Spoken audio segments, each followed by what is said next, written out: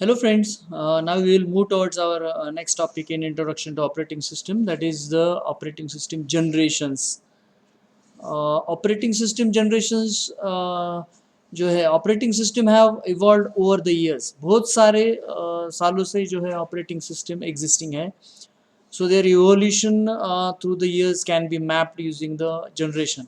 हम देखते हैं कि अभी मोबाइल की जैसे जैसे मोबाइल की जनरेशन है, या फिर हम देखते हैं सिम कार्ड की आपके जो जनरेशन है, फर्स्ट 1G 2G 3G हम जो देखते हैं उसी टाइप में जो है ऑपरेटिंग सिस्टम की जनरेशन्स कैटेगराइज या फिर उसकी मैप की गई है. So at the very first the generation the first generation was started from 1945 to 1955. जो 1945 और 1955 में कुछ वैक्यूम ट्यूब्स और उसके जो प्लग कार्ड्स, आपने एक लास्ट टाइम जो वीडियो देखा था, मैंने आपको एक पोस्ट किया था वीडियो, उसमें एक टून वीडियो आपको मिला होगा. उसमें हमने देखा था कि how the vacuum tubes and plug cards where used for doing the calculations. ये जो बात है तो सेकंड वर्ल्ड वॉर तक की बात है. सेकंड वर्ल्ड वॉर तक जो है तो डिजिटल कंप्यूटर नहीं थे. सो एट दैट टाइम जो थे वो प्लग कार्ड्स थे. प्लग कार्ड्स का इस्तेमाल करके जो है तो कैलकुलेशंस की जाती थी. एक बहुत बड़ी मशीनें बनाई जाती थी और उस मशीनों में जो है तो वो प्लग कार्ड इंसर्ट किए जाते थे. वो प्लग कार्ड्स पे क्या था, तो वो प्लग कार्ड्स पे कुछ प्रोग्रामिंग की हुई थी. और वो प्रोग्रामिंग एक लैंग्वेज का यूज़ करके वो प्रोग्रामिंग उस प्लग कार्ड पर जो है तो वो इंसर्ट की गई थी, और वो प्लग कार्ड वो मशीन में यूज़ किए जाते थे. अभी जनरली क्या होता है कि हम देखते हैं कि in laboratories we are having C plus plus और पाइथन प्रोग्रामिंग करने के लिए हम जो देखते हैं हमारे लैब में, उसके लिए कंपाइलर होता है.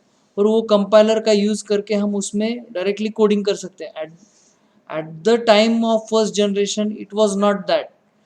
फर्स्ट जनरेशन के टाइम जो था इन 19 हमने देखा कि इन 1950 the things were not like this.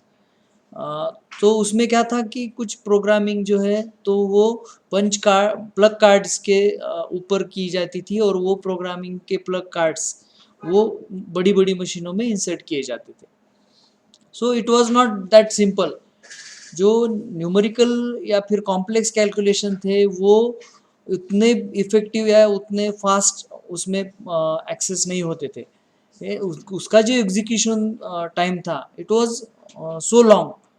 तो इतना इम्प्रूव्ड वो नहीं था. फिर उसके बाद 1955 टू 1965 जो आया तो वो था सेकंड जनरेशन. सेकंड जनरेशन में जो है तो कुछ ट्रांजिस्टर या फिर बैच सिस्टम जो है उसका यूज़ करके मेन फ्रेम मशीन बनाया गया. अभी हम जो देखते हैं आईबीएम जो है, IBM main frame machines provide करता है. आईबीएम का मेन फ्रेम मशीन यानी क्या, तो एक बहुत बड़ा एक सर्वर, और वो सर्वर का यूज़ करके हम अभी कैलकुलेशन करते हैं. एट दैट टाइम जो वहाँ पर डेवलपर थे 1955 के टाइम जो डेवलपर थे उन्होंने कुछ बड़ी बड़ी मशीनों में मेन फ्रेम का इस्तेमाल करना शुरू किया. लेकिन उसमें क्या एक ड्रॉबैक था कि वो मेन फ्रेम मशीन जो है तो 24/7 उसको एयर कंडीशन में रखा जाता था. और वो जो उसमें काम करने वाला जो एम्प्लॉय है, उसमें काम करने वाला जो प्रोग्रामर है, वो भी उसी मशीन के साथ वहाँ पर जुड़ा रहता था. मतलब वो मशीन चलाने के लिए वो जो कंसर्न उसका एक जो पर्सन है उसे वहाँ पर 24/7 वो एसी रूम में रहना पड़ता था. अभी क्या उसमें प्रोसेस क्या थी, जो पहले हमने पंच कार्ड देखे, प्लग कार्ड्स देखे, उसी टाइप में यहाँ पर जो थे वो ये मेन फ्रेम मशीन में कुछ जॉब प्रोसेस करने के लिए आया. हमें कुछ प्रोसेस करना है तो प्रोसेस करने के लिए उसके मैग्नेटिक टेप का यूज़ किया गया था. पहले जो था वो प्लग कार्ड्स थे, फिर आए मैग्नेटिक टेप.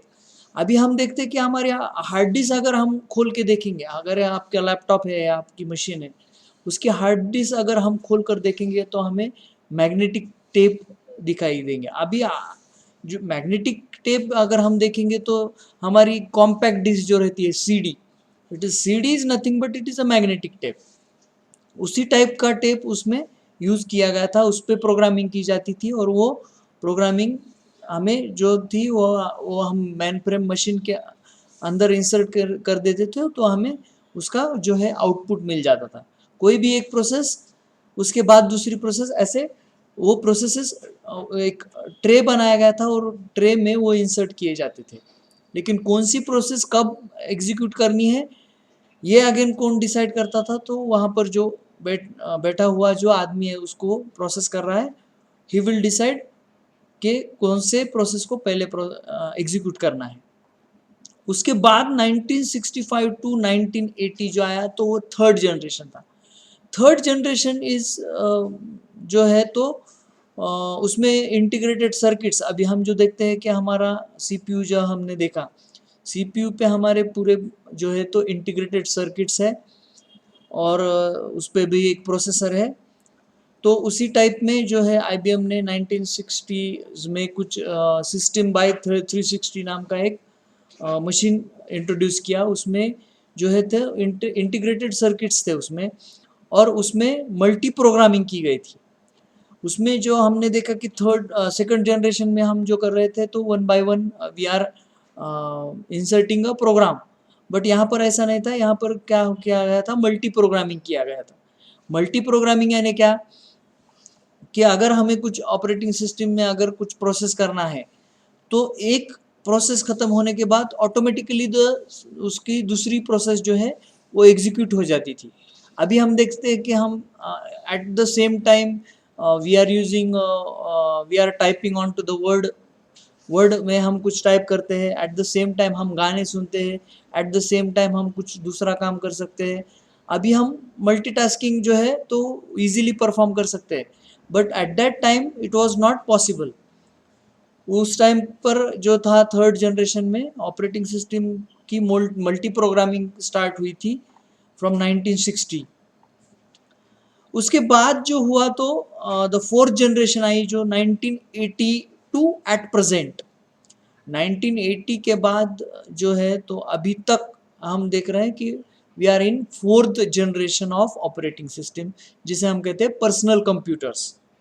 अभी हम देखते हैं कि हमारा जो पर्सनल कंप्यूटर है, पर्सनल मशीन है या फिर पर्सनल लैपटॉप है, and we are using that personal machine very easily.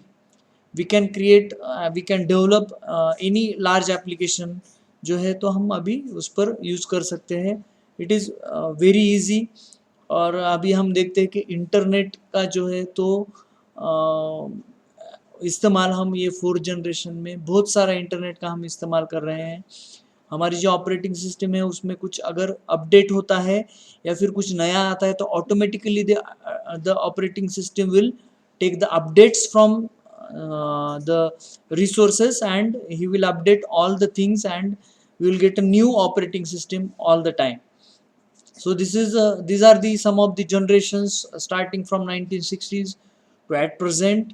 So इसको जो है तो इन ऑपरेटिंग सिस्टम की जनरेशन्स को इसमें डिवाइड किया गया है। First generation is from starting from 1945 to 1955, second is from 1955 to 1965 and third is 65 to 80 and fourth is 1980 to at present.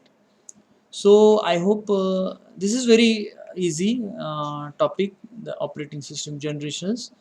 Generations operating system के जनरेशन्स में इन डिटेल हमें कुछ जाने की ज़रूरत नहीं है, but as for your information this is for you. So I hope you have understand this one.